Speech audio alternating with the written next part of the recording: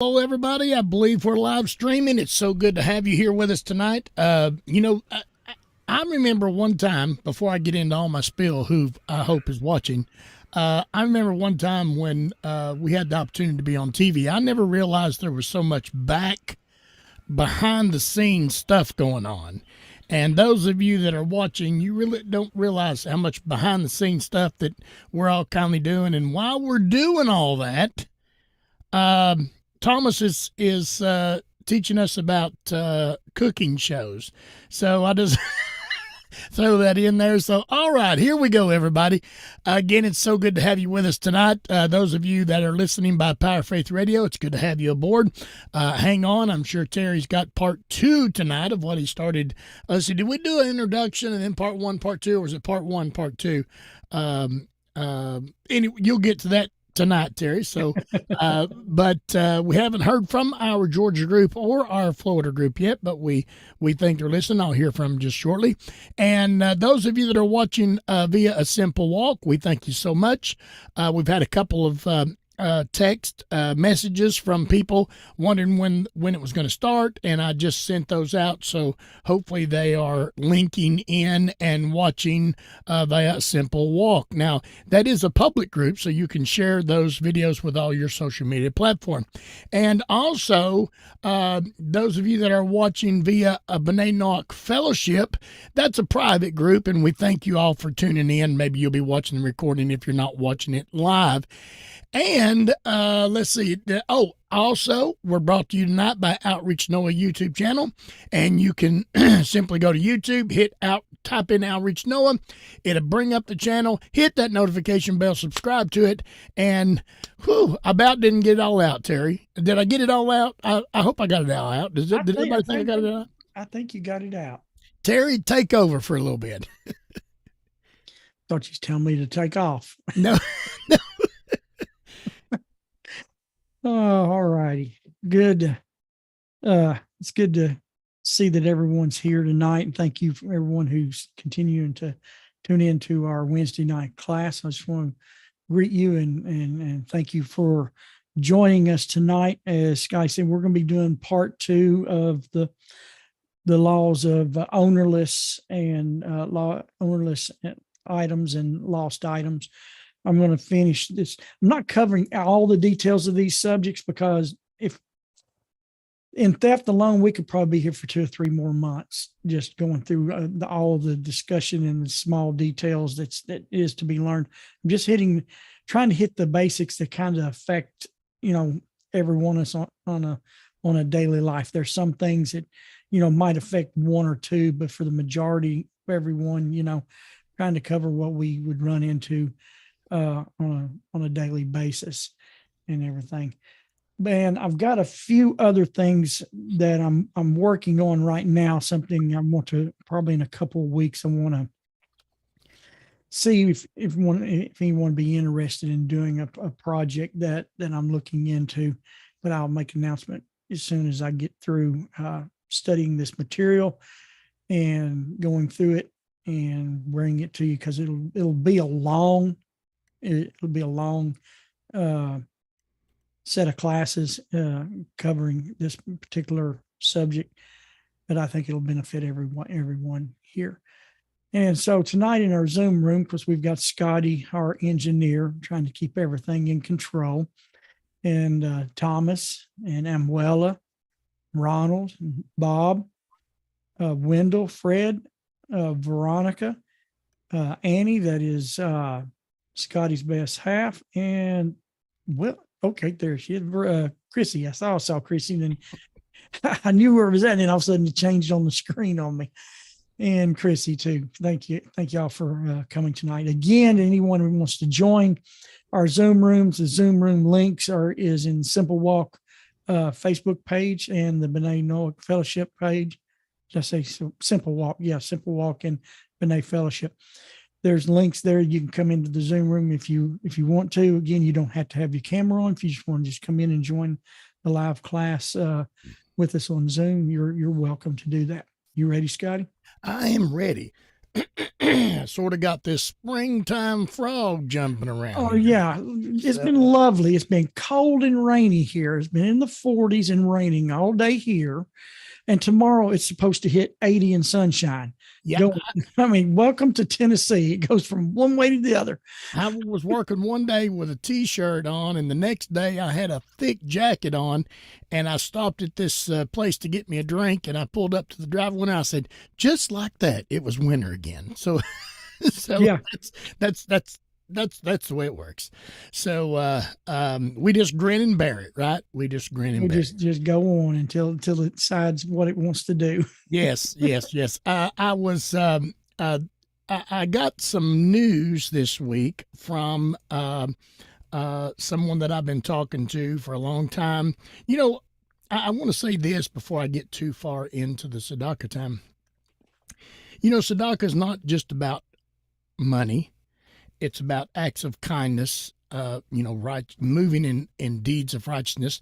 And there was this young lady who works at a local restaurant, and I think we go there to eat lunch probably once a week, if not every other week. And so for a couple of years now, she has been wanting more for her life. And she just, every time we see her, I say, you can do it. You just put your mind to do it. You can do it. I've got confidence in you. And so for the past year, I've got to where I tell people I'm proud of them. I'm just proud of you. I'm proud of what you're accomplishing. And she told us this past week that she has put in her 2-week notice, and she started crying when she told us. And she said, I applied for a job, and when I first applied to it, my mind was telling me there's no way I could get this job. And then the Monday before last, I told her, I said, whatever you apply yourself to do, you can do it. And she got the job, and she starts not this coming week, but the next week, and she's going to be getting quadruple the pay. Wow. And so, of course, she was just crying and said, I don't know what I'm going to do without y'all. And I said, listen, you are going to go a long way. And that's part of what we are to do, is to help the people around us, regardless of their political affiliation or their religious affiliation. Let's just reach out and help them be the best that the Creator created them to be. So, okay, by saying all that, now we're going to go on to our Sadaka time. Terry, I just want to drop that in. Okay, as always, at the top of our Sadaka list, we always want to apply our main teacher and his wife, Pesach and Shira Sherbo. We're getting Sadaka for them tonight. Also, William and Tina Lyons. We're giving Sadaka for them tonight, both of those. And I got a lot of couples here on the top. Also, Joe and Evelyn Seal. We're giving Sadaka for them tonight. We're giving Sadaka for Esther, Darlene, Amon. So I think I pronounced that last name right. We're giving Sadaka for her tonight. I think she's still in the hospital. Also, we're giving Sadaka for Warwick Marshall. And I think y'all told us last week he's come along pretty good, but he's scheduled for another surgery after he heals from this one. I've had contact with him yesterday through texting. He's still recovering. He's doing well. He'll get his new glass eye in a few weeks, but he's suffering a lot of fatigue, so he can't spend a lot of time on lessons or even study because it just wears him down. But other than that, he's going okay. Okay, well, we're going to continue to give Sadaka for him. And also Mary Parsons. Wendell, we've always got Mary Parsons on our Sadaka list. How's your wife doing, Wendell? She's doing well. She's no more snow, so she doesn't have to worry about shoveling that anymore. So okay, good deal. I was going to ask you, has she been out shoveling snow since the last time we talked? No, it's been gone, thank God. Okay. All right, well, we're going to continue to give Sadaka for Mary. And then also Wendy Shepherd. Wendy Shepherd is on our Sadaka list. She's going through some medical conditions. And Amuella, somebody always sends $1 with your name on it. So I want to say again how this works. This is your dollar, Amuella. And we're putting it in the Sadaka list for you to receive a blessing as well as the recipient of the Sadaka. And also, Veronica Port, they always send in $1 for you as well, Veronica. And we've added your mother still on the list. Marge and Veronica, are you back home? I am back in Washington State. So it was Hashem blessed me with great roads in the middle of, winter, great roads going through the Rocky Mountains. We saw some of the photos. So I hope you got a whole lot more, and I hope you just dump hundreds on there. I really should. Okay, just do it. Just do it. Don't hold back. Just do it. Just do it. Okay. So we're so glad you're home. And how's your mother doing, Veronica? Well, as well as can be expected. We picked up the urn, and she has it in her room now, and she's just trying to adjust. Okay. It's a big change for her. Yeah. We're going to continue to have her on our Sadaka list. Thank you. Okay. And then let's see. Also, Thomas Schaus, they've sent in $1 for you, Thomas. This is your dollar going into the Sadaka box tonight. And then I'm putting Sadaka in tonight, me personally, for my wife, Dolores Helton, and putting Sadaka in for her tonight. Also, Pamela Helton, my daughter, putting in Sadaka for her tonight. And then also, last but not least on our prayer list is Ronald Dickman. Ronald, how you doing? I've had a blessing this week. I got a phone call from my pharmacist on Monday. He said he managed to secure me half of a prescription of my medication that's not available, which is 50 days worth. I went in Tuesday to pick it up, and it wasn't 50 days worth. He secured the rest of the prescription, and I got 100 days of medication. Great. And this is a medication that's just not been available since November. So I don't know how he came by it, but we know where it came from, and I'm so pleased. I can start to get my body functioning normal again in the next few days, hopefully. Baruch Hashem. Great news, Ronald. Great news. So we still got you on our Sadaka list, Ronald. And so we have two blessed memory this week. We have, I saw where Carol St. George posted about her son, Robert. So we have put her son, Robert's name in our blessed memory Sadaka this week. That Sadaka is going for his merit. And then also Dorothy Evelyn Pebbles were given Sadaka blessed memory for her merit this week. And so if you'll give me just a minute, we are going to pray. Hear our voice, Adonai, our God, Father of mercy. Have compassion on us and accept our prayer with compassion and favor. For you are a God who hears prayers and supplications. Our King, do not send us away empty-handed. Favor us and answer us and listen to our prayers. Amen. All right, Terry, are you about ready to take off? Yes. And I got people texting me in the background already. You hear that, don't you? I'm gonna. They're not texting you to come out and fix things, are they? No, I got that text turned off.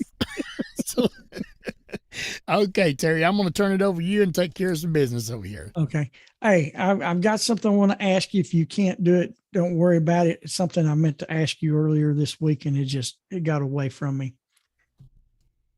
Did you ever get a chance to go over and see that short little video that Abby posted? No, I did not. Okay. I didn't know how to get the link to that because I wanted to share that link with the group. I can go find it. and real quick, or And you don't, I mean, you don't have to post it right now, but if you get it, just let me know and everything. Cause I didn't cover the specific law of theft. I was wanting to mention it tonight and then share the video if possible, or the link to the video. I would love to just show the video on here, but last time I did that, we got in trouble. We got copyright issues. Yeah. No, I didn't know we wasn't supposed to share a video on here. So we can share the links. Now, you said she shared that nog, correct? Yeah, it was not. Okay. It's actually an interview that this guy does with this other guy that runs a gas station in Kentucky. And if you get it, let me know, because I'll talk a little bit about it first and how it ties into our lesson and that we've been studying on theft. And because it's so beautiful. It is so beautiful on how the law and the principles of the law of Torah, when they've kept, how it will change the life of someone. It'll change the life of the one who kept the law, but it'll change the law of the people who the law affected. And so it was really, really, really good. Okay. Amuel, do you want to look for it? You want me to go jump and look for it? Amuel, did you see it, or did you see it in the one Abby posted? It's about I think it was yesterday or the day before. And she posted it in Nog. One of us will find it. One of us will find it. Okay. If you can't, don't worry about it. I'll get a hold of Abby and try to get it and maybe share it next week and stuff, because it's really good. It's something I would love to share with everyone in our class, because it's one of them uplifting, true to life, real human, stories that can affect everyone even here. And so it's just really good. Okay. Putting you on speaker view. All righty, Scotty. Well, thank you. Again, thank you everyone for joining us tonight. We're in, like I said, part two on the laws of ownerless and lost items. And I'm not going through everything exactly by number on this, because some of the things, there's just so much detail. I mean, so much detail. We can spend a lot of time. So I'm trying to, hit the places that kind of affects us on an everyday basis. Please continue to send your questions. Matter of fact, we did get a good question on our YouTube channel this week, Scotty, about giving to a disabled sports. Would you share just a little bit real quick? Because I think you answered that question. Sorry, I threw you on the spot. Yeah, it takes me a couple more clicks to get over there. We had a question, is that Sadaka? Now, I can go look for it here real fast and see if I can find it and just go ahead and read it, because that's probably the best way to do it. Okay, I found it. You want me just to read it real quick? Read it. Just, you don't have to say who posted it, just okay, read the question and how you answered it, because I thought that was very well. I'm not an elegant reader. It takes me a little bit, so y'all have to bear with me. It says, "Hi, Scotty and Terry. Thank you for this great teaching. I have a question about charity. This week, I went to a hardware store, and there was a man asking for donations for disability sports, as they don't receive government funding." Now, I checked into that, and that is true. They don't receive any kind of government funding. Is this an opportunity, an appropriate charity? Is this an appropriate charity to give to, or is it better to give to a charity that provides food and shelter, or one that you particularly are supportive of? Thank you. Thank you from New Zealand. And do I need to read this long answer, Terry? You don't have to read it. Just you just share in jest how you answered that, because I thought that was really, really well. Well, I don't know if I can share in jest. Let me try to read it. Let me try to read it.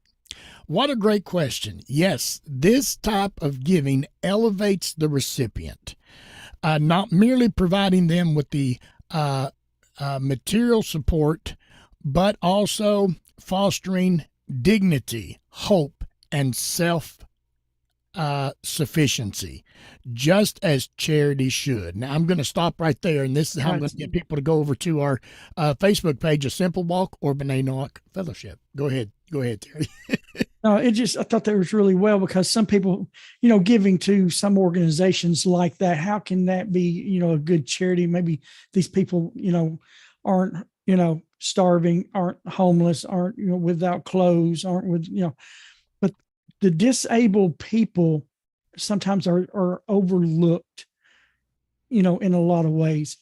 And I've seen a program here a while back that showed the history of this one doctor in the 40s that started working with disabled veterans as they was coming back from the war, and they were doing everything. And so he went outside the box, and he went and got wheelchairs for all of them and started them, passing the ball around, and how that began to change their, their outlooks on life and help them deal with which they didn't know what PTSD was back then. So yes, things like disabled sports and, and things like that are good, worthy charities to help people. That is their need. They need this outlet somehow that helps them benefit the use of the body and the mind that they've either lost parts of or they were not born with. And it gives them a sense of normalcy for themselves. So if you have a question like that about, giving to disabled sports events, like at your, your school, your local schools and colleges, or maybe even your state,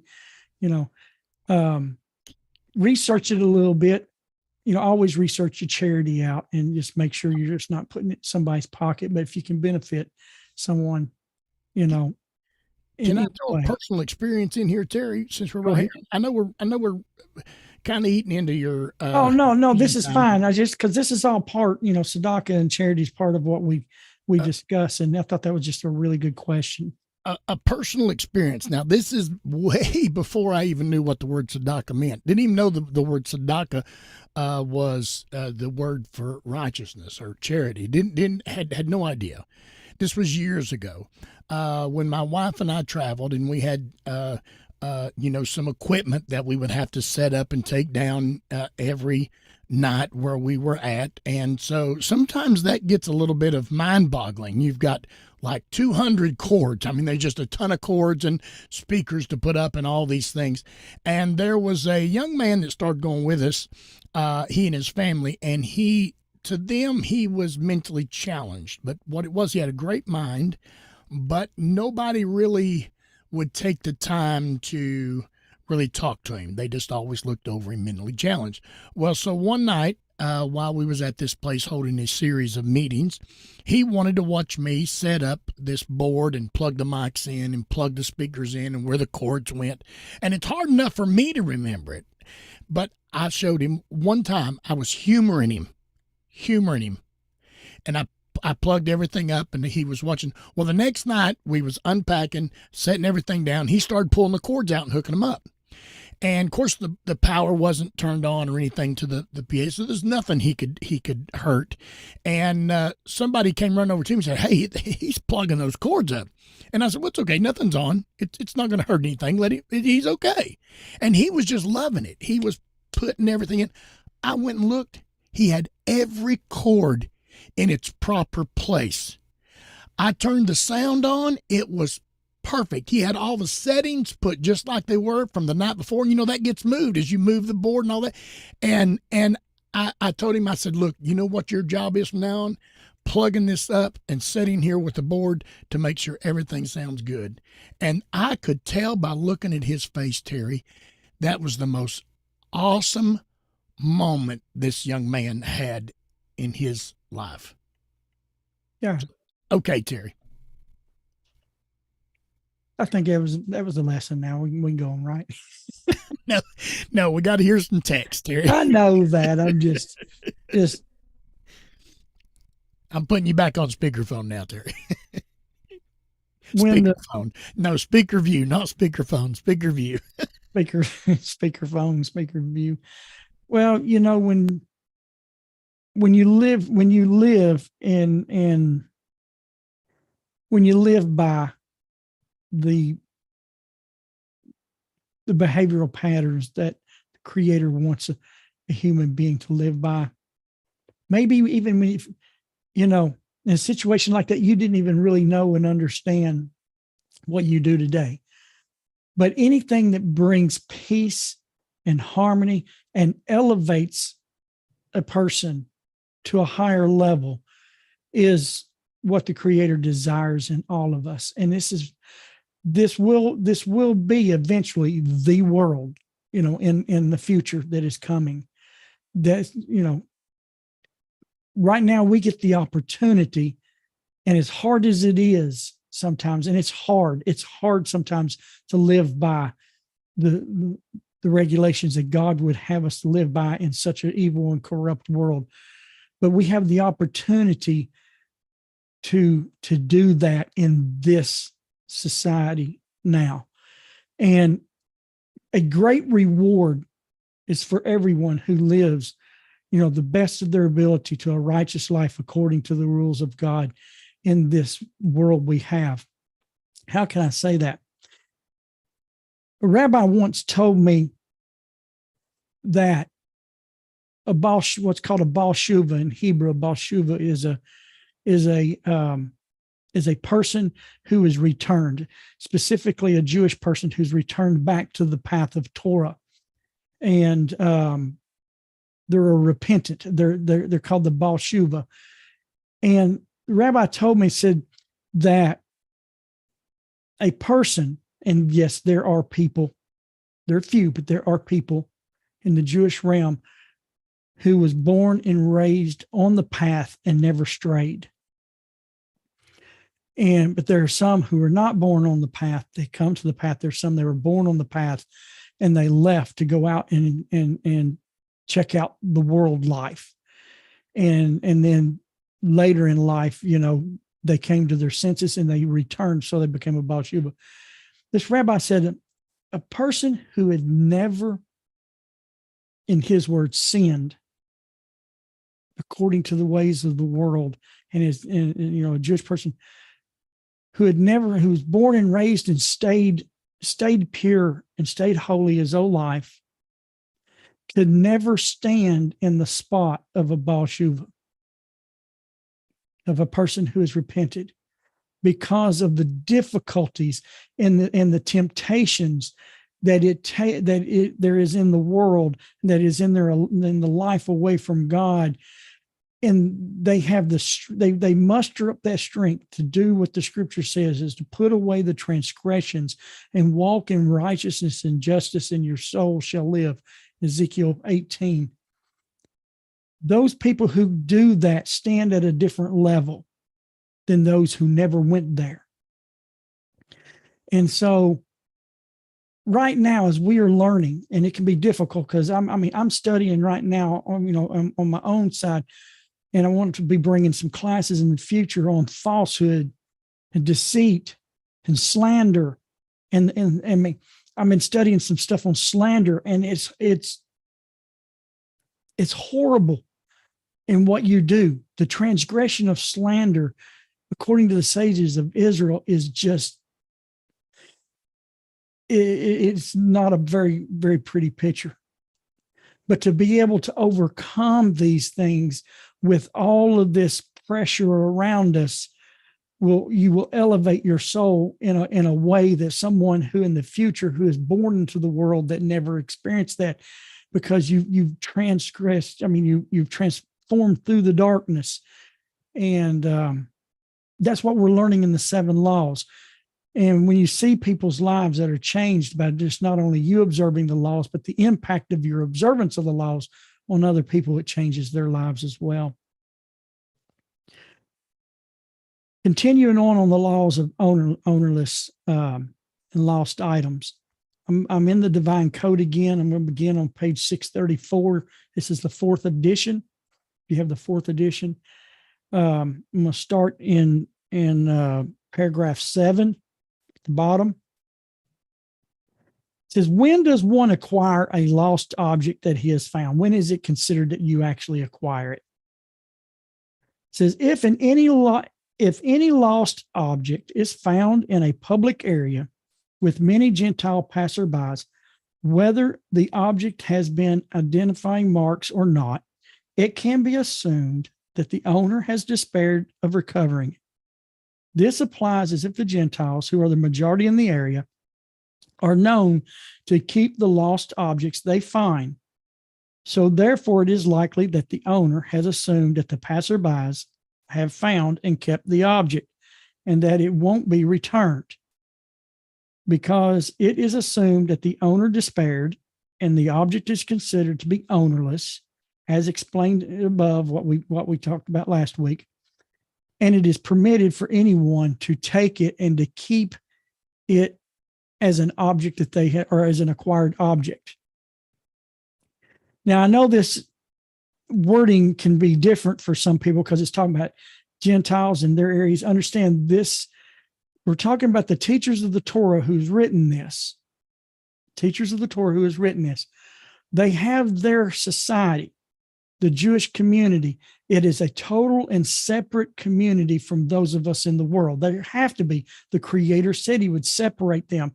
He told them not to learn our ways, especially our evil ways, but not to learn our ways. And so this has to be written in a way, because other rabbis will be studying this to help teach other non-Jewish people. We have our own customs.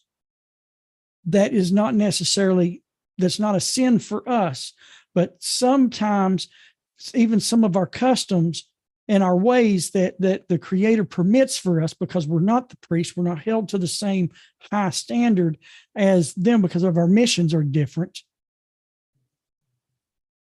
Their customs will be a little bit different, especially in finding lost objects. Their laws are a lot more stricter than ours.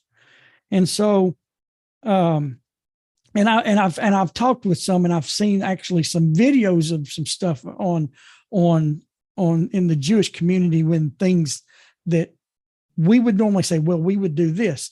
They're not permitted to, but it's permissive for us. Again, because our mission is separate. Our main thing too is we've got to learn that even though some of these things are permissive, we may want to, like we read last week, may not go by the letter of the law, but go beyond the letter of the law for the sake of peace and harmony and brotherly love. An object that you may find, and you may know who the owner is, and even though it has been despaired and you legally by the Torah can acquire it, but you want to know who you can have the opportunity to return it if you want to. And that maintains the peace in the society, and it fosters brotherly love.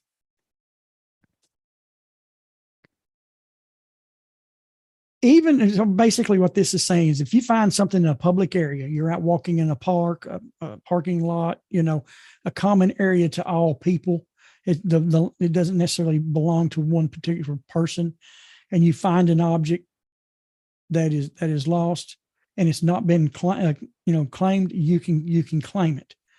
And it's considered despaired because many people and passerbyers that didn't pick it up, the owner's going to consider that somebody did. So it's been considered that it has it's been considered lost to the owner. So it's makes it Torah legal for you to claim that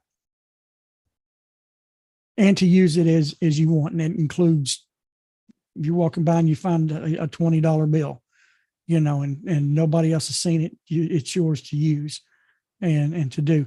But you should not consider it a blessing, because God does not cause someone else to lose to bless someone else. Because even though they may have despaired the object, it still is a loss, and we should be grateful for someone else's loss. And we should,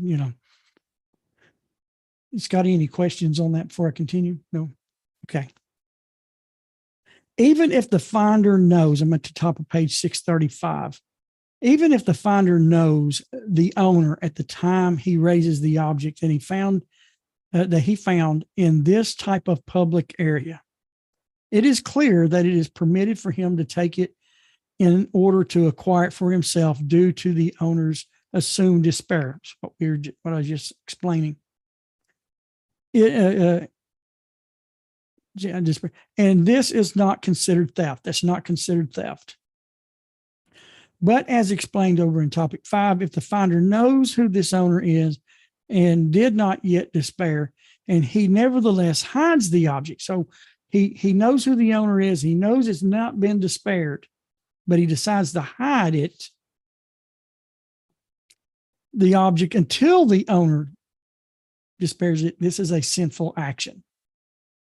You're being deceitful. Even so, after the owner eventually despairs it, at which point the finder acquires the object, a Torah-based court cannot force the finder to return it. It's a sinful action on the finder, on the one who found it.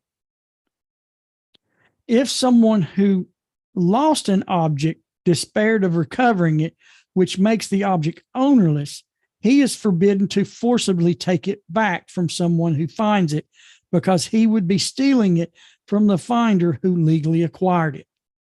So see, the tables can turn on that. After you've despaired something and then you find out that, oh, you know where it's at and who's got it, you're not permitted to forcibly go get it. Then you become the thief. However, if the owner of the lost object has not despaired and he demands the object back from the finder after proving his ownership with his knowledge of the identifying marks or with a witness who saw him drop the object, by Torah law, the finder must return this, since he only acquires the object when the owner has despaired of recovering it, giving up hope to ever have it again, thereby rendering it ownerless. In this case, after the owner has proven the ownership that he did not despair, and the finder then continues to hold on to the object and does not return it, the finder is considered to be the robber, the thief. If the owner takes this case to court and proves his continuing ownership, then if the court is unable to recover the object from the owner, he is permitted to take it by force from the robber. This is a situation in which a person can take the law into his own hands. Now, that's also going to be according to your local governing laws as well. You don't want to do something that may end up costing you to be at the bad side, the bad hand of a court of law. Okay, I'm going to go over to section 9 on page 236. Any questions on anything or there, Scotty, before we go on? All right. Everything above regarding returning a lost object is explaining either the basic required Torah law and clear moral obligation for the Gentiles. However, when the finder knows who the owner is, it is pious to go beyond the letter of the law and return the lost object or inform the owner in any case. By doing this, a person will be promoting the ways of peace and ethical society. It not only avoids situations that can cause hostility between people, but it also goes beyond this and increases friendship and love. If one needs to spend money in order to inform the owner, that he may charge the owner compensation for his expenditures upon the value of the object. However, if the owner of the lost object is a wicked evildoer, it is not considered an act of righteousness to return his lost object to him, for in doing so, the finder would strengthen those who do evil. That's another situation when you sometimes, how's that saying, Scotty? When you're kind to the cruel, you'll be cruel to the kind. That's kind of what that situation is there. If you've got a situation like this where someone who is wicked and evil, and even though you do a righteous act, for them, you could be setting a situation up that you're enabling their wickedness instead of actually helping their righteousness. So if you find something like that of the wicked person, like it says here, in the case of one who does not return a lost object, who is considered to be holding stolen property. Where was that? No. However, if the owner of the lost object is a wicked evildoer, it is not considered an act of righteousness to return a lost object to him. Anything there, Scotty? Well, everybody's quiet tonight. We've been having some good discussions here lately on some of this. I'll tell you what it is, Terry. I'll tell you what it is. Am I unmuted? Yeah. Okay, I'll tell you what it is. A lot of people have not heard this discussed so thoroughly. So it's almost as if they're having to take these notes. I can see it now, and I got a couple texts from some people. They're taking these notes. They already said, we're going to have to watch this again to get everything that's here. And because it gives clarity, so much clarity. There's no way you can come up and start. It just gives clarity to it. Right. And so now next week we might have a couple of questions about it, but it does give clarity. That's fine. Sometimes I feel like, because I read and I go through this stuff and, I meditate on it. And then when I'm doing it for class, sometimes I feel like I'm moving too fast. So that's the reason why I'm always asking if there's question, because I feel like I'm, I get myself familiar with this stuff, and then I'm reading it and I'm going through it, and I know what's in my mind, and I want to make sure that I give everyone time. Like you said, there's some that may not heard of this, because there's so much here. Like I said, we could spend the next probably couple months going through the prohibition of theft and all the details. I want to stop here for a second. Amwella, is that the link to the video that is that the link you posted? Okay. Is NOG a private or open group? I can't remember. I'm thinking it might be a private. I'll go check, because that link may not work for someone who's not a member of NOG if it's private. I think Amuel is looking now. No, it worked for me. I put it up on another screen and it started running, and I'm not a member. Okay. Did it start running for you, Ronald?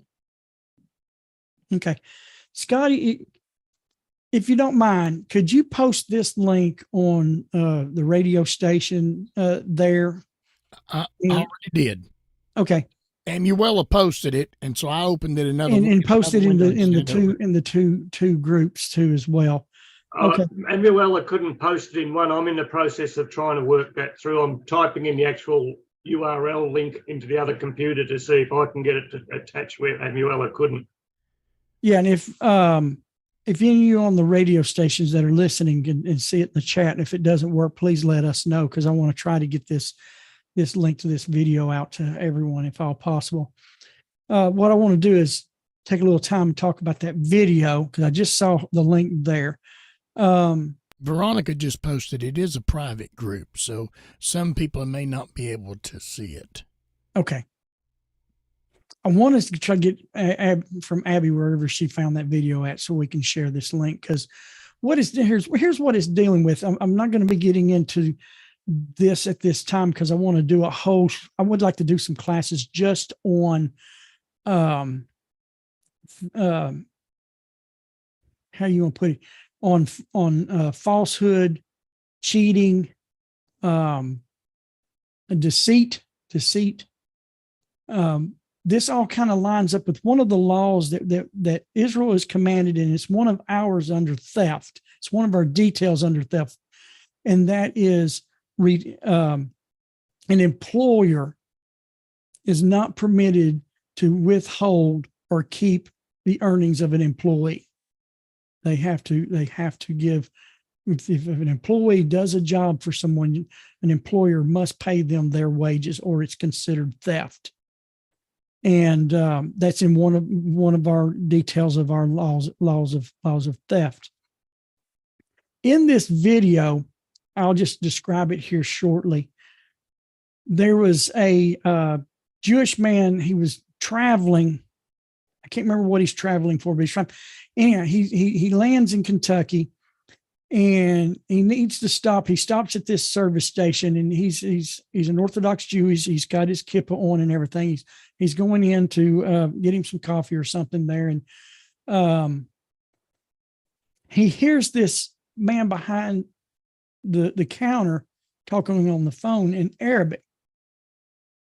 And so this Jewish man, when he approaches the counter, he greets the Arabic man in his language of saying good morning or something like that, whatever it is. And he caught the Arabic man off guard. So he hold on, he hangs up and he talks to the man a little bit. And the Arabic man told him, he says, I love y'all. He goes, what do you mean you love us? The Jewish man. He said, no, I love the Jewish people. I love them. He goes, well, what do you mean you love them? He said, well, let me explain. He said, about 50 years ago, he said, I lived. And first he asked him, he said, how do you know how to greet me in Arabic? And he said, well, I went to school in Jerusalem. My children live in Israel. And while I was there, I picked up some of the language, Arabic language. So the Arabic man tells him, he says, when 50 years ago, when I was younger, I lived in the town of, I think it was Ramallah, there outside of Jerusalem. And he said, we were poor. And he said, we're not talking about poor like most people think poor is.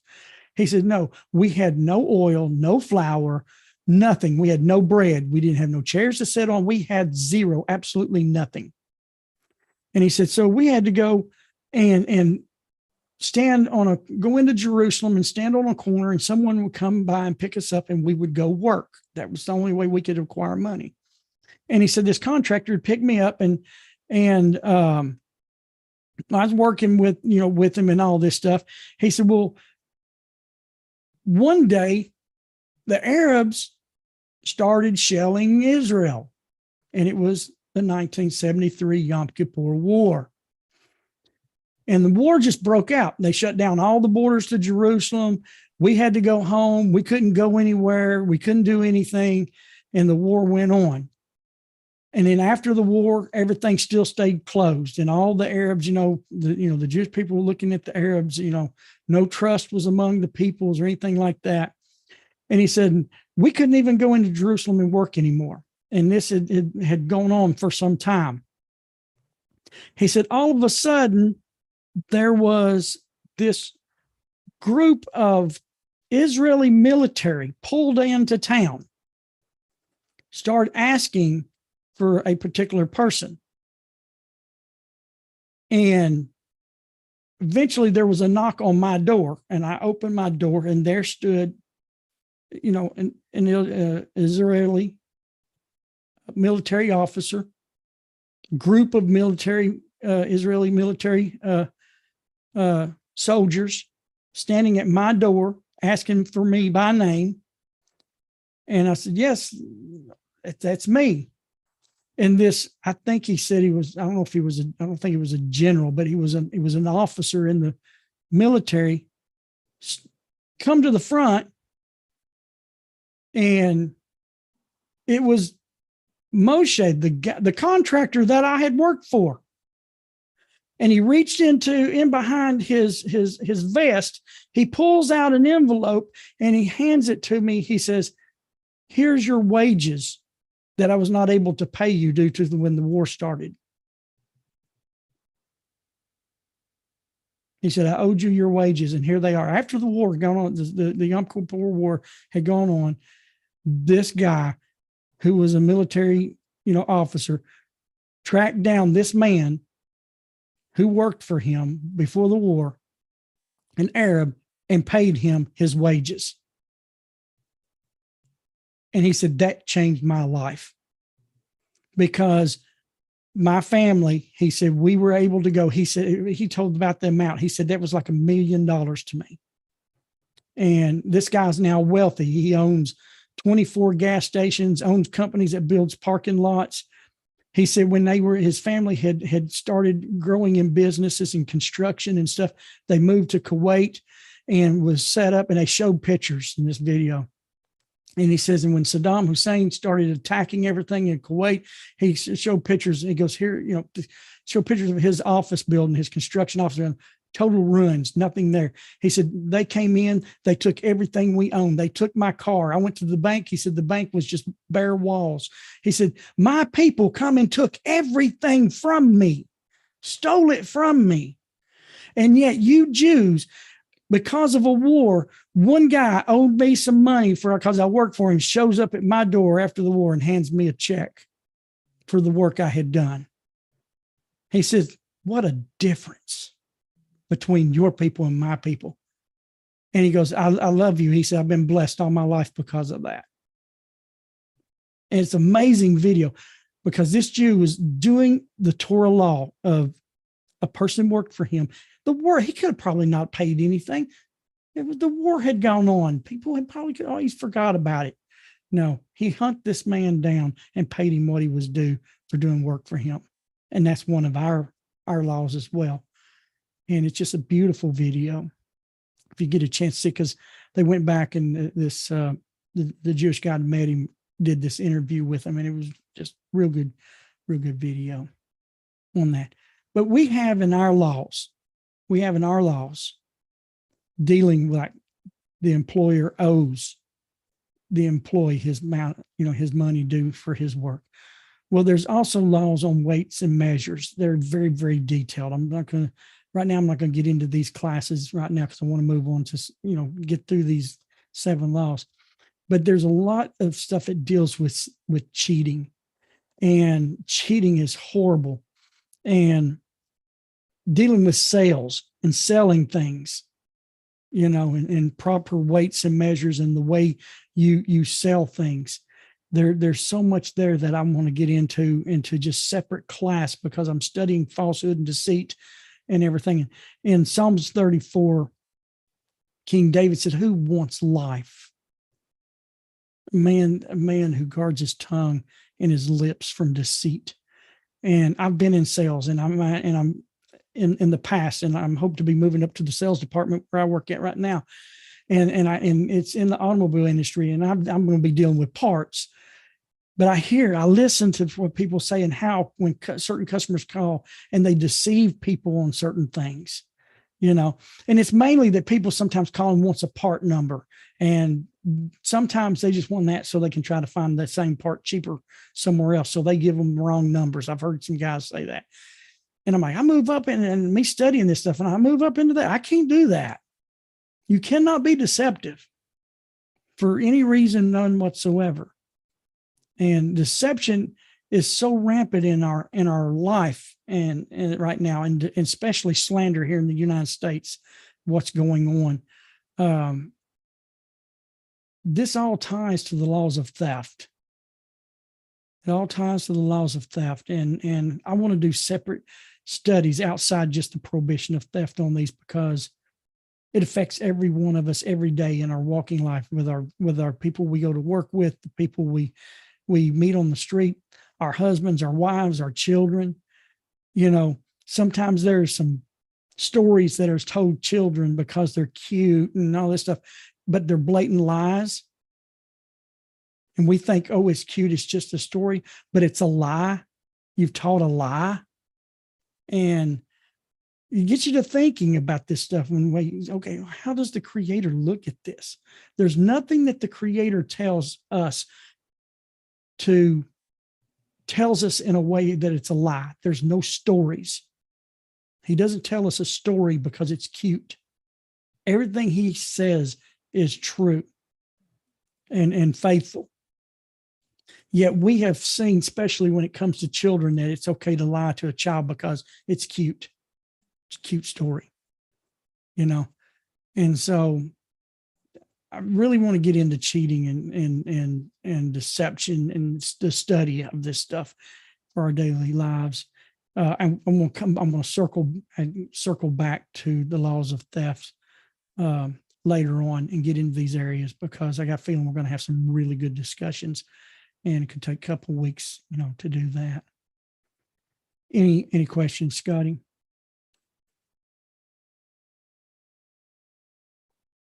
No.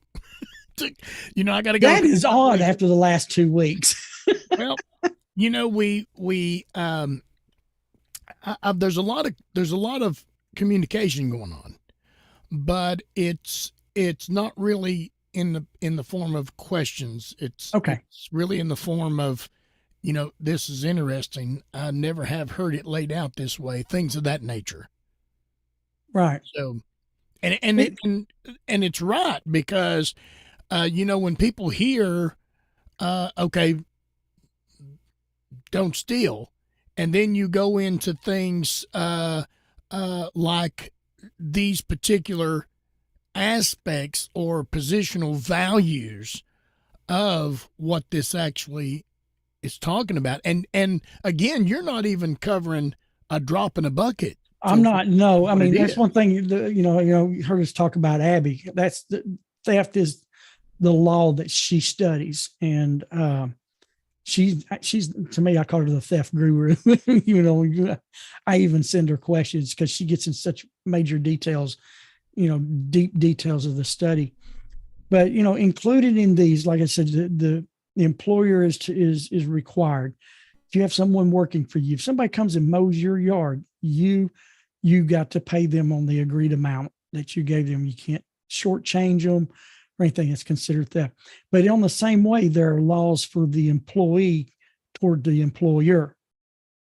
And there's things to learn, like, how often do we shortchange our employers with our work? In some companies, you're not permitted to use a cell phone while you're on the clock. Sometimes you got to put, I worked at a place where you had to put them in the locker while you're at work. Now, my work where I'm at, that's not necessarily the thing. We use our cell phones for work, and a lot of us went like me. I work back in the back where I'm at mostly, I keep to myself all day, and I got set of earphones on and I'm listening to my music, and things like that. And sometimes I get a ding and Scotty say, "Hey, I got a question." So I'll go over, I'm working, I'm doing that. That's not a problem because that is considered normal in our company. But some companies don't allow that. So you have to learn what's right and what's wrong, because in some areas, and theft is the most easiest. We all pretty much, I guarantee you, we all break and we all sin in that area every day, somehow, some way, because it's so detailed. And it's our obligation to learn the details. We can't claim ignorance of the law. Don't steal. Well, that's fine. Oh, I didn't go and rob a store. Well, that's not what that necessarily means. We have to study out what is considered theft. That's what we started out with. Theft is the secret removing of a movable object from your neighbor, from your employer, from your fellow. Robbery is a forceful theft, where you actually forced the theft. And so we studied that the very first class, and the definitions of what it is. And so once we do that, then we have to go and consider all the little aspects of our life. What is theft? And what is robbery? And like kidnapping and rape is considered theft and robbery. Bodily injury to someone else is considered theft, because you could cost someone not only their health, that you can cost them their livelihood, time missed from work. All of that is considered theft. And those are areas I want to get into later when we get into cheating and falsehood and deceit, when we study those subjects just as a subject alone. Okay. Now, Veronica plugged over there in our text, even plugging a cell phone up at work would be considered theft, right? And she got a question mark on it. So again, that depends on the company. If we all do it at our work, it's expected, because like I said, we do use our cell phones, also our personal cell phones, for work and things like that as well. So that would probably depend on your company's policies, because what's right for one company may not be necessarily right for another, depending on how that company operates. So the same person that asked a question last week that I text you, brought it up again. May I ask you this question? Go ahead. About the What's that? server? Asking me do what? It's about the server. About the server. Go ahead and ask. Okay. I meant this. That's one of them that was on my head, but then the other question was fresh too. So go ahead. So here in the West, it is customary to tip the server at a restaurant. The reason is because they do not get paid minimum wage here in the West.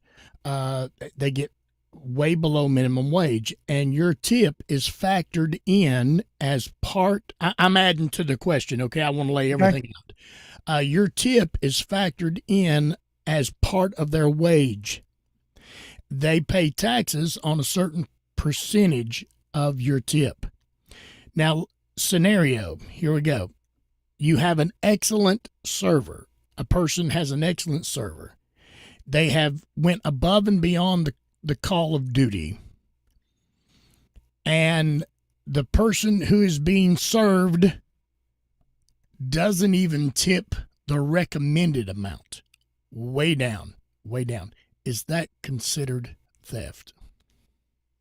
It's not really considered theft because a tip is not an obligation. That's something you're obligated to. You're not really, it's more of a moral issue. And again, here in the United States, it's a customary thing. And I wouldn't consider that actually like taking from that person. In one way, I guess you could consider that theft, but in a Torah law, I don't personally think that would stand up in Torah law, because that's not, a tip is a tip. It's a tip. It's not a payment that you're obligated to pay that. You see what I'm saying? You didn't agree with that person who served you that you would pay them a certain amount. So Bob, this isn't you texting me, is it? Because this person's name's Bob. Okay, okay, you said again the person you're not their employer. You're not their employer as well. Right. The person replied when you said, okay, not Torah law, but how about moral law? Again, that's moral law could play effect there. See, what we have here in our Noahide laws is our definite Torah law. Then we have non-commanded obligations. There are a lot of non-commanded obligations that you're obligated to. Then that is a moral issue there. It may not even be an obligation to give a tip. It probably falls more into the moral area. I personally, that's how my wife and I give. My daughters and I've got one daughter that's still a server, but all of my daughters have been servers in that line of work. And so we know that end of the ball field really well. And that is one of the areas of our giving, is that we tip really well. We even tip well when we don't get good service, because you don't know why you didn't get good service.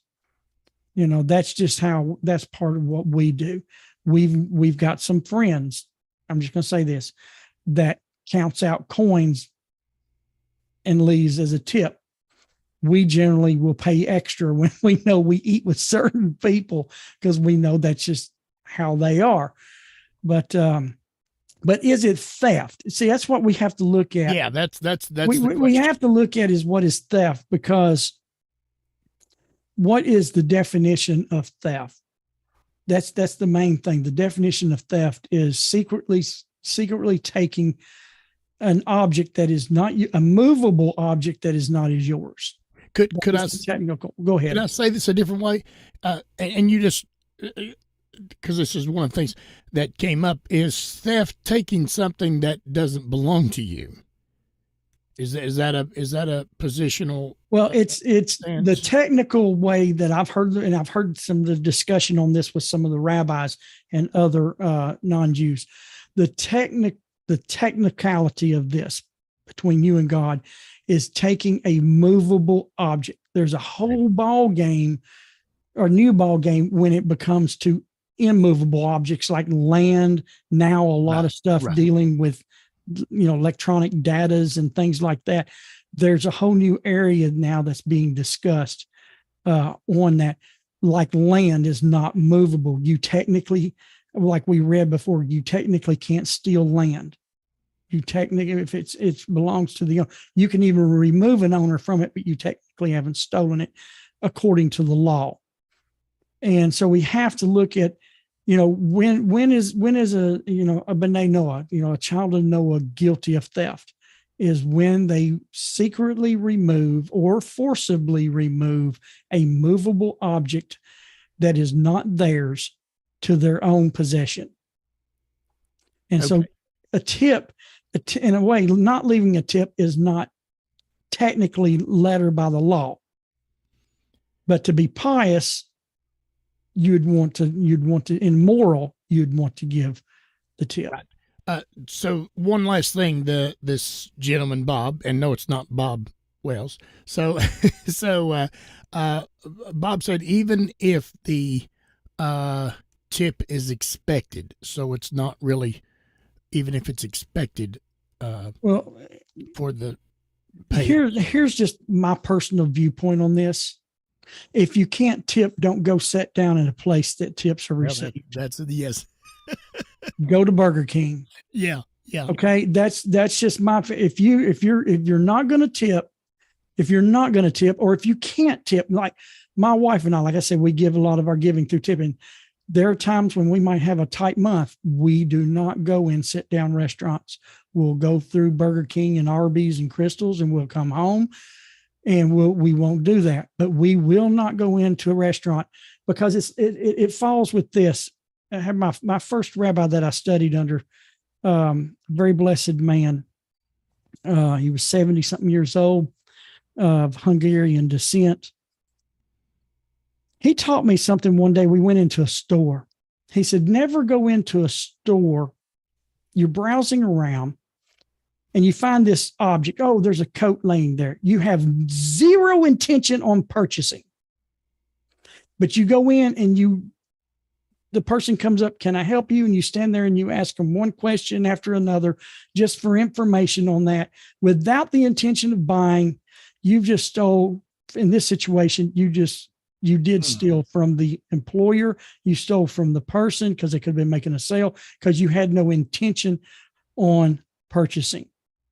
So a lot of times when my wife and I are shopping, like we're going to get her a set of hiking shoes. We went into REI, and this lady, she spent an hour with us, but we let her know up front, we're not purchasing tonight. We're not purchasing. We're getting information to be able to make a purchase. And so we let her know up front, we're not purchasing. And she went ahead and spent the hour with us. Then COVID hit and they shut down. We hadn't remember, but we're going to go back. We're going to go back, and if this gal's still working there, we're going to purchase, what she showed us. But it's in a similar way with the tipping. If you have no intentions on tipping, don't go in there, because you will be breaking a moral barrier. Now, some places, because people don't tip as like they should, some places gratuity is added to the bill regardless. Yeah. Yeah. And there's even talk in the United States, because a lot of places in Europe don't tip. They pay their servers, a very good wage, and tipping is not part of their custom. And there has been talk in the United States of going that route, because a lot of people don't know that a lot of servers only make $2 or $3 an hour. That's what they get paid. They don't get paid minimum wage. They don't even get paid half of what minimum wage is, because they're a server. When my daughter started serving, she was making $2 an hour plus tips. And so, but that is a very, very good moral question. And one, and I will seek out, because I'm friends with some real good rabbis that's been studying and knows the Noahide laws for way past 20 years, and studying it in materials that we can't even pronounce the names to, that goes back hundreds of years, discussing our laws. And I'll message Moshe and also Dr. Shulman this question, because it's, It is a good question. technically what I've studied is not stealing, but there may be something I may not know that they know.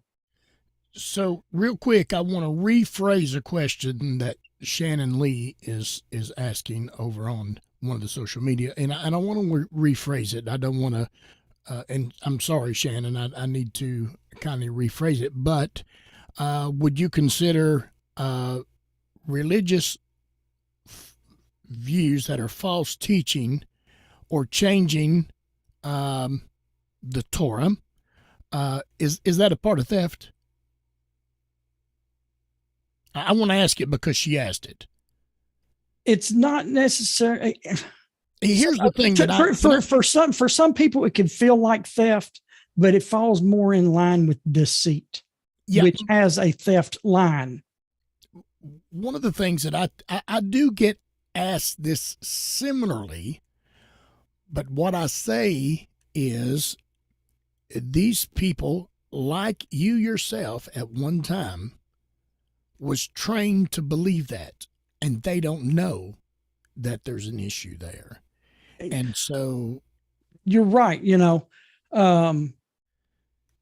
When I first learned some things, I considered myself as being spiritually kidnapped. But then I heard, I think it was Rabbi Shulman discussing this issue with someone, that you have to understand we're in a different place that's never existed before in the world. Technically, yes, there is some still out there, but it's so few that it's minute. Technically, the biblical idolatry, what's called avodah zarah, doesn't exist today, according to the way it was birthed when Enosh brought it, in his family, because the avodah zarah that existed then, all the way up through Noah and Abraham, does not exist today on a worldwide scale as it did then. And so there are some things from some of the Abrahamic faiths that the rabbis are actually beginning to see that, like you and me, there were some falsehoods that we taught, but we didn't know we were teaching falsehood because this is what we were taught. So we did not create a new religion. We didn't create it. So we wasn't violating anything there. Again, we didn't, because see, I've had this same question, for many years now, about certain things. And even some of the rabbis, as they get to know us and to know our past and to know things, are beginning to see some things that they themselves have never seen, because a lot of the avodah zarah, the idolatries and things and the blasphemies that existed 1,000 years ago, 1,500 years ago, doesn't exist today. And so there's some things that have changed that now they're even having, it's a new ball game for everybody. And part of this is I read one here lately. They're saying this is a sign of how close we really are to what we call the Messianic age, that when the Messiah will be in Israel and he will be in the third temple, will be things are coming closer and closer. I look at it, I'm like, oh man, things are horrible. And I've heard some of them say, no, you don't know what horrible is. We are a lot better off than what we were, as a human race. So Veronica put in there, so ignorance of the law wouldn't apply. And I guess, here's a little scenario. I've got my oldest son's stepdaughter is working as an EMT now. And in their training, she was always told when you were growing up and she took CPR classes and things of that nature that you beat the chest one time and then you go into massaging the chest. And they now tell them, no, that is wrong. You can't do that. You don't beat the chest because we don't know what's going on right there. You could break the ribs. You could do all kind of things. So now you just go straight into massaging, trying to massage the heart to get it to pump, and then you breathe a cycle every, few pumps. So the thing that come to discussion with me and my oldest son was, what about those people in the past that were trained to beat the chest and they hit it so hard they killed the person they were working on? Is that murder? So this isn't, this falls under this. I'm kind of, my mind tells me it's falling on the same thing because these folks don't know. They don't know. And we didn't know. If somebody would have come up 15 years ago and told me I would be discussing what I'm discussing now with you all, I would have called them names that it wasn't proper for any religious person to call anybody. You know what I'm talking about? And so it was revealed to me through study and learning, and I can't even take the credit for it. You know what I'm talking about? I can't even take the credit for it. I have to give it all to Hashem. I have to give it all to the Creator. And looking back, it was laying there all the time, but I was too conditioned to see it. I was, so anyway, I don't want to get too far. There's an interesting story that I got to hear one time that talks about what you're saying and what we're going through right now. Understand, the Torah is eternal. It does never change. Never. The what's called the Peshat, simple base teaching of Torah is eternal. It does not change. Okay? We do not change. We are not permitted. We cannot, because God will not allow it. You will answer for it if you do. You do not change the Torah to meet you. You change you to meet the Torah. So like in this story, see, every year, see the Torah itself, the 5 books of Moses is broke down into weekly readings that they read in the synagogue every week. Well, they have an annual cycle. It's a circle. And at the end of the year, they have what's called a Simcha Torah, where they're at the end of the scroll, and they read the last Torah portion, and they begin to read Genesis again. They have to roll the scroll back. And so it's a whole festival. So there was this child comes up to his dad at Simcha Torah, and he says, but Dad, why are we starting over and reading, Genesis again? Didn't we do that last year? Why are we doing it again? The father answered the child and said, the reason why we do that this year after year is because this year you're not the same person that you was last year. And that's what this is. Just like, an example, a lot of people don't understand what the Jews, what's the big deal, that they don't flip light switches on the Sabbath, and they don't use, turn electrical things on and off. That is because of the Torah commandment that God says, you shall not kindle a fire on the Sabbath. And so God gives the Torah to the priestly people, and they have to study it and they have to understand it.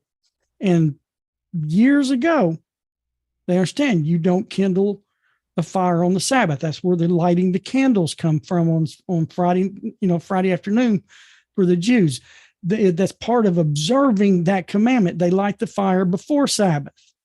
They do all their cooking before they can leave their stove on. They're not permitted to turn it off or anything like that. And if they do turn it off, they can't turn it back on. They have to leave. They have boxes over their light switches so they don't accidentally, bump one and turn it off on the Sabbath, because they understand that an electrical connection in a light switch between 2 points, there is a spark, and a spark is considered the smallest part of the fire. So they don't do that. See, they didn't change the Torah law.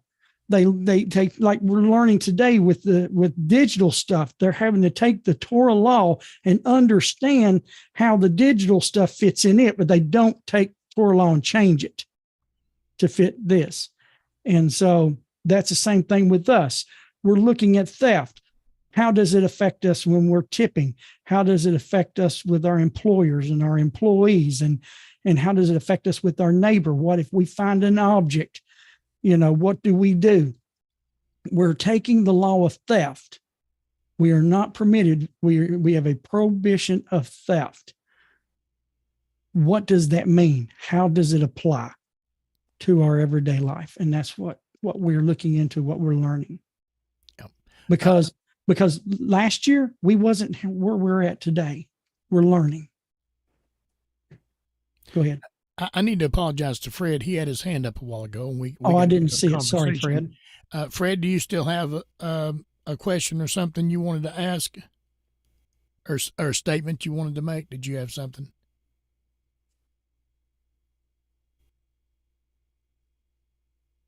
Calling Fred. I think he's still at work. There he is. There he is. Well, Okay. I'm at work, but I had you in my back pocket. But yeah, because I was just listening. But on two of those points, I can recognize the one you talked about tipping, because I used to be a pizza delivery driver, and sometimes people would order, from a company, $200 worth of food. And by the time you got back to the place and break down the change, what you have for leftovers, like a buck and some change. You're like, yeah, after a $200 order with 3 things you had to carry in with bags and sacks and drinks or whatever. And you're like, really? Yeah. So it's kind of like one of those things, but you did say something about land not being moved, but there's a new crime going on called home title theft. Yeah. It's a new crime. So, they might not move your land, but now they can hack your title online. Yeah, I've heard and about steal that. your house without even knowing it. So now like you said, sometimes you got to change the laws to fit today. So that would be one of those laws you're talking about. Yeah. Yeah, because of the digital age, theft is even taken on. It's a whole new creature in some areas. Yeah. All right, Terry, we're going on at 9:30.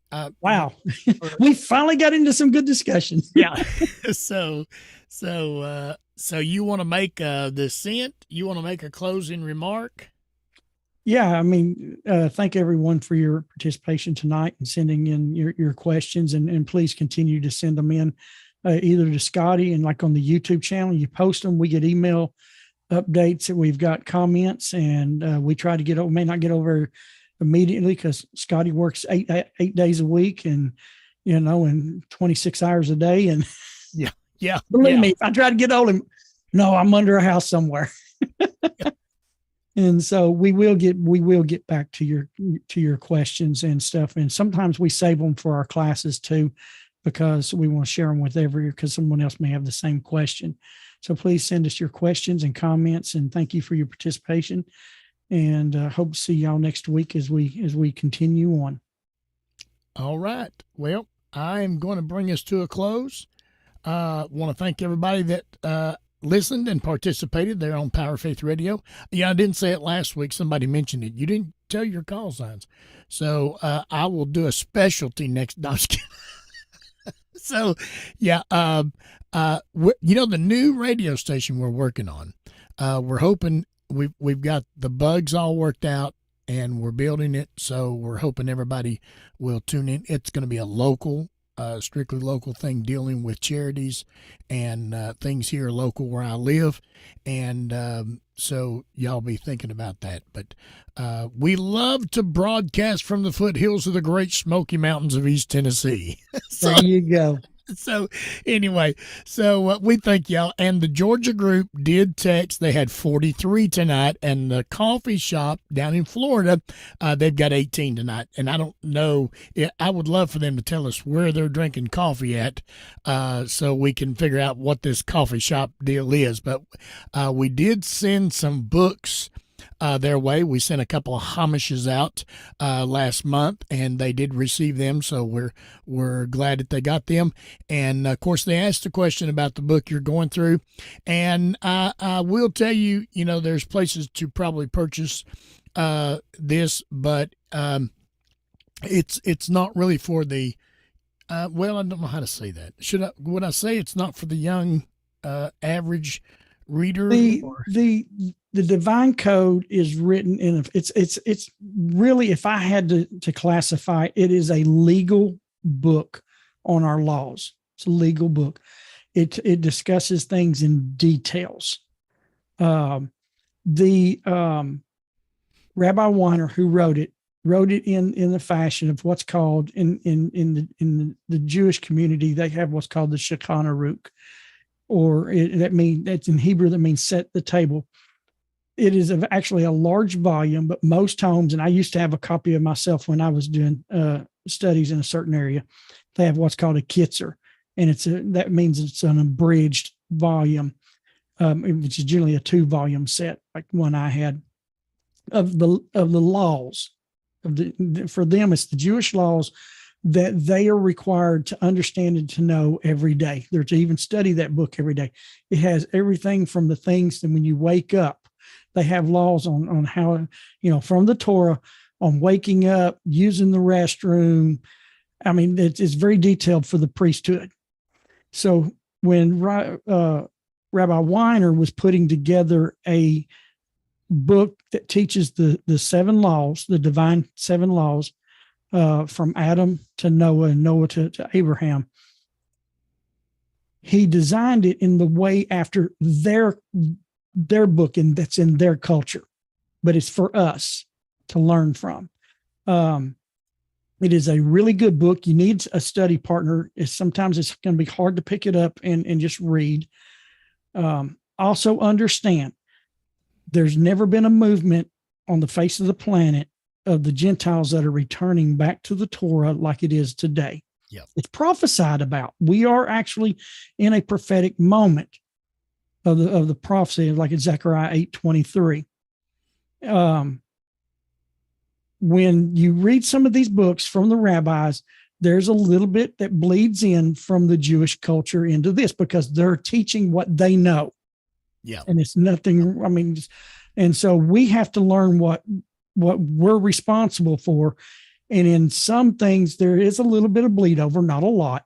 And so it helps, I've been studying, this stuff for quite a while, and I've got contacts that I can send and say, okay, I've got a question about this. Is this a bleed over? Is this, how far do we go here as a non-Jew? And especially as Rabbi Shulman I talked to, he's been studying long enough. He corrects right immediately. He says, no, that's, you don't need to be doing that. You need to be just doing this right here only. And he helps me understand a lot of things when I've got questions, when there might be some bleed over, or how far do we go in certain things. But it's a legal book on our laws. Like if you go in a lawyer's office and you see books, it's like one of those. And that's what we're learning from. Did I answer the question okay? I think so. It's not a religious book. It is a Torah legal book based on Torah law.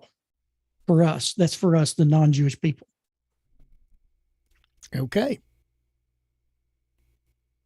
All right, good deal. I was reading an email from Wendell, and Wendell, I apologize. I just saw that email over there, and I will share that with Terry.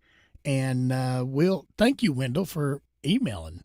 That lets us know that somebody has got our email address. So while we're on that email address, you can email us at outreachnoah@gmail.com.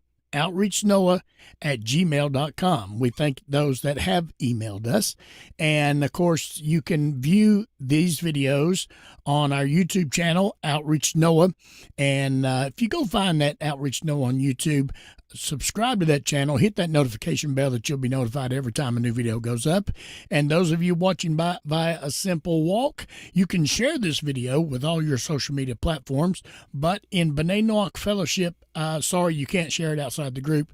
There are a few differences with the two groups. Sometimes we talk about things there that is just for the group. And we thank you so much for watching on either one of those. Please ask your questions, and we greatly appreciate it.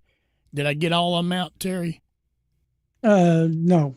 We What also have a very early stages website up Website. Tell about the website real quick, Terry. at outreachnoah.com, right? Yeah, Yes. outreachnoah.com. We have a website. We've started it. It's up.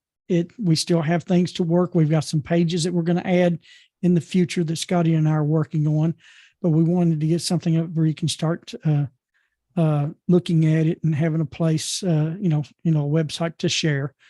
I've got a little blog area there. I've done a few little things. I need to add some more stuff to it, but outreachnoah.com.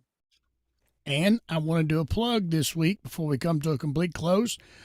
Simply Noah Hyde, Veronica Port, and she's wrote a very, very great book. Yes. Those of you, Simply Noah Hyde, and it's a beginner's guide by Veronica Port, the author. We have a famous author in our midst. And there has been some leading rabbis that's actually recommending her book. Yes, I saw that. And I'm waiting on the day she will be traveling to do a book signing, and she'll come close to Knoxville, Tennessee to do a book signing. So Thomas is trying to get his book to zoom in there but thank you, Veronica, for taking the time to put this together. You are an inspiration to us all. So thank you so much. Thank you so much. All right, everybody. Thank you again for coming, and thank you for those of you that come into the Zoom room. Of course, always Amuela Asher, our Yeoman Asher, and Ronald Dickman from Australia. And now, let's see, where are you again from, Amuela? Because I know you're up in Canada. Up in Canada, and then Wendell is from New York, and I'm so glad that your wife's not having to go out there and shovel that snow. And Fred, I think, is in Kentucky or Carolina? Kentucky, and Bob is in Chicago, and Veronica is in Washington. Did I say that correct? Listen, give me an A+ is what I'm talking about. Give me an A+. And Terry is in Chattanooga. Salty Daisy. Terry's in. I'm just outside of Chattanooga. And Thomas is like about 30 minutes from me down towards a little town called Friendsville. And my wife and I are located here in Alcoa, Tennessee, at the foothills of the Great Smoky Mountains of East Tennessee. And I'm at the foothills of the foothills. Right here, Lookout Mountain. I was behind somebody a few years back. This has been many years back, and they was traveling rather slow. We was on one of the backwoods roads up in the mountains, and they was traveling real slow, and they were just looking and looking. So finally they stopped, and I thought there was trouble, and I got out and I said, "Excuse me, can I help you?" He said, "Yeah, we're looking for the Smoky Mountains. Can you tell us where they're at?" Look, here we are. Here we are. So, all right, everybody, we'll look for you next week. See you next time. Bye-bye. Bye-bye.